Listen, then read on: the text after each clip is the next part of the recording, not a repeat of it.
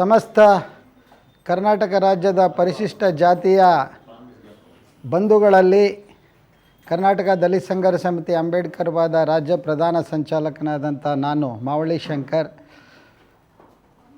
ಕೋರಿಕೊಳ್ಳುವುದೇನೆಂದರೆ, ಈಗಾಗಲೇ ತಮಗೆಲ್ಲ ಗೊತ್ತಿದೆ, ಕಳೆದ 3 ದಶಕಗಳಿಂದ ಇಡೀ ರಾಜ್ಯದಲ್ಲಿ ಒಳ ಮೀಸಲಾತಿ ವರ್ಗೀಕರಣಕ್ಕಾಗಿ ಸಾಕಷ್ಟು ಹೋರಾಟಗಳು, ಧರಣಿಗಳು, ಪ್ರತಿಭಟನೆಗಳು ನಡೆದಿರುವಂಥದ್ದು ತಮ್ಮೆಲ್ಲರ ಗಮನಕ್ಕೆ ಬಂದಿದೆ. ಈ ಒಂದು ಸಂದರ್ಭದಲ್ಲಿ ಕರ್ನಾಟಕ ಸರ್ಕಾರ ಸನ್ಮಾನ್ಯ ಮುಖ್ಯಮಂತ್ರಿ ಸಿದ್ದರಾಮಯ್ಯನವರ ನೇತೃತ್ವದಲ್ಲಿ ಹಾಗೂ ರಾಷ್ಟ್ರೀಯ ಅಧ್ಯಕ್ಷರಾದಂಥ ಸನ್ಮಾನ್ಯ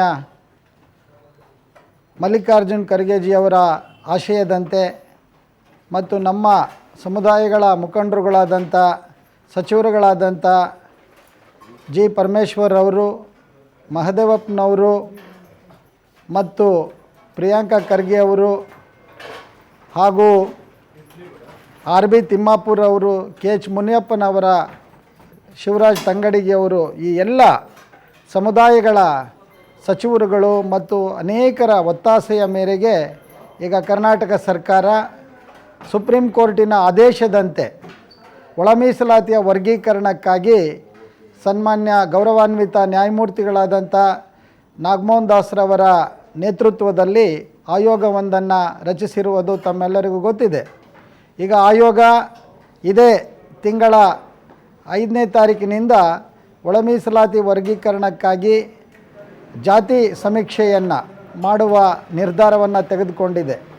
ಇಂಥ ಸಂದರ್ಭದಲ್ಲಿ ಪರಿಶಿಷ್ಟ ಜಾತಿಗಳ ಸುಮಾರು 101 ಸಮುದಾಯಗಳು ಇವತ್ತು ಈ ಒಳ ಮೀಸಲಾತಿ ವರ್ಗೀಕರಣದಲ್ಲಿ ತಮ್ಮ ಮೂಲ ಜಾತಿಗಳನ್ನು ನಮೂದಿಸಬೇಕಾಗಿದೆ.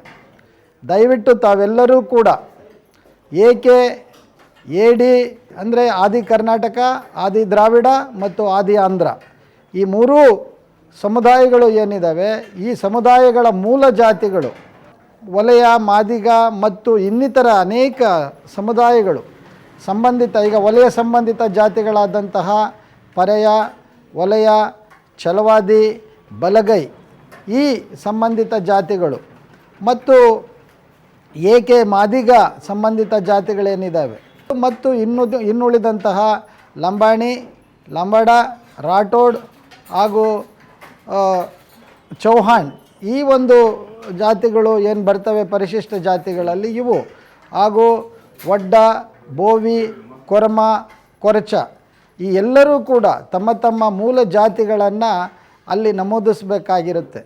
ಸೊ ಅದರಿಂದ ಯಾರೂ ಕೂಡ ಈ ಒಂದು ಜಾತಿ ಸಮೀಕ್ಷೆಯಲ್ಲಿ ಹೊರಗಡೆ ಉಳಿಬಾರದು ಅನ್ನೋ ಕಾರಣಕ್ಕೆ ತಾವೆಲ್ಲರೂ ಕೂಡ ತಮ್ಮ ತಮ್ಮ ಸಮುದಾಯಗಳಲ್ಲಿ ಈ ಒಂದು ಜಾಗೃತಿಯನ್ನು ಮೂಡಿಸಬೇಕು ಮತ್ತು ನಿಖರವಾದ ದತ್ತಾಂಶವನ್ನು ನಾವು ಕೊಡಬೇಕಾಗತ್ತೆ.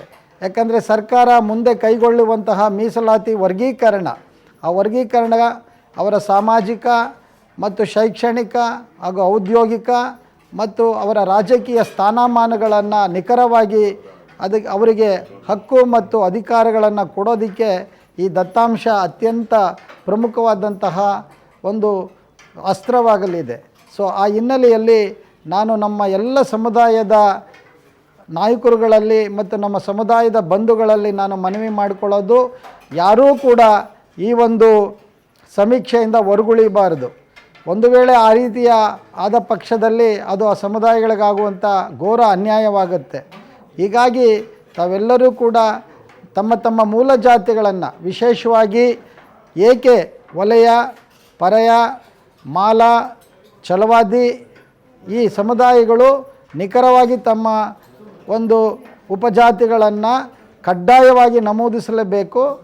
ತಮ್ಮ ಜಾತಿಗಳನ್ನು ಹೇಳ್ಕೊಳ್ಳೋದಕ್ಕೆ ಹಿಂಜರಿಬಾರ್ದು, ಯಾವುದೇ ಕೀಳರಿಮೆಯನ್ನು ಪಟ್ಕೊಳ್ಬಾರ್ದು.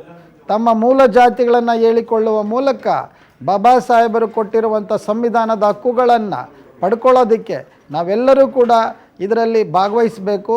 ತಾವು ದಯವಿಟ್ಟು ಯಾವುದೇ ಸಂದರ್ಭದಲ್ಲಿ ಯಾವುದೇ ಕಾರಣಕ್ಕೂ ಈ ಸಮೀಕ್ಷೆಯಿಂದ ದೂರ ಆಗಬಾರ್ದು. ಈ ಸಮೀಕ್ಷೆಯನ್ನು ತಾವೆಲ್ಲರೂ ಅತ್ಯಂತ ಜವಾಬ್ದಾರಿಯುತವಾಗಿ ನೀವು ನಿರ್ವಹಿಸಬೇಕು, ಇದರಲ್ಲಿ ಪಾಲ್ಗೊಳ್ಳಬೇಕು ಅನ್ನುವಂಥ ಮಾತನ್ನು ಹೇಳಿ ಮತ್ತೊಮ್ಮೆ ತಾವೆಲ್ಲರೂ ಕೂಡ ಸಮೀಕ್ಷೆಯಲ್ಲಿ ತಮ್ಮ ತಮ್ಮ ಮೂಲ ಜಾತಿಗಳನ್ನು ತಾವು ಕಡ್ಡಾಯವಾಗಿ ನಮೂದಿಸಿ ಅಂತ ತಮ್ಮಲ್ಲಿ ನಾನು ಮನವಿ ಮಾಡಿಕೊಳ್ತೇನೆ. ಜೈ ಭೀಮ್, ಜೈ ಭಾರತ್.